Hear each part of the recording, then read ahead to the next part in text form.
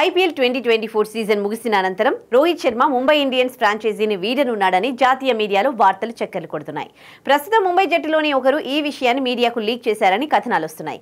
Captaincy మార్పు, హార్దిక్ పాండ్యాతో భిన్నాభిప్రాయాల కారణాలతో రోహిత్ అసంతృప్తిగా ఉన్నాడని సదరు ఆటగాడు వెల్లడించాడని పేర్కొన్నాయి.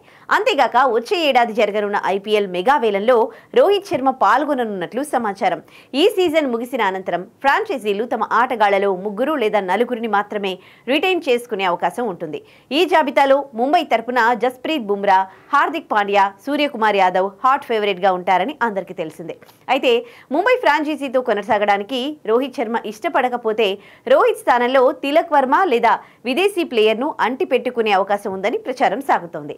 కాగా వేలానికి ముందు గుజరాత్ టైటాన్స్ నుంచి ముంబై ఇండియన్స్ హార్దిక్ పాండ్యాను ట్రేడ్ చేసుకున్న విషయం తెలిసిందే. అయితే ట్రేడ్ కు ముందు కెప్టెన్సీ ఒప్పందంతోనే హార్దిక్ ముంబై గూటికి చేరాడని కథనాలు వచ్చాయి. మరోవైపు రోహిత్ శర్మను బలవంతంగా సారథి బాధ్యతల నుంచి తప్పించాడని ప్రచారం జోరుగా సాగింది. 5 టైటిళ్లు అందించిన రోహిత్ శర్మను కాదని హార్దిక్ ను కెప్టెన్ చేయడంపై జట్టులో బయట అసంతృప్తి మొదలైంది. ఈ నేపథ్యంలో హార్దిక్ ను రోహిత్ అభిమానులు తీవ్రంగా విమర్శిస్తున్నారు. స్టేడియంలో హార్దిక్ ను హేళన చేస్తున్నారు. అంతేగాక ముంబై జట్టులో 2 గ్రూపులు ఏర్పడ్డాయని వార్తలొస్తున్నాయి. దాంతో హార్దిక్, రోహిత్ కెప్టెన్సీ వివాదంపై మాజీ క్రికెటర్లు కూడా చర్చలు మొదలుపెట్టారు.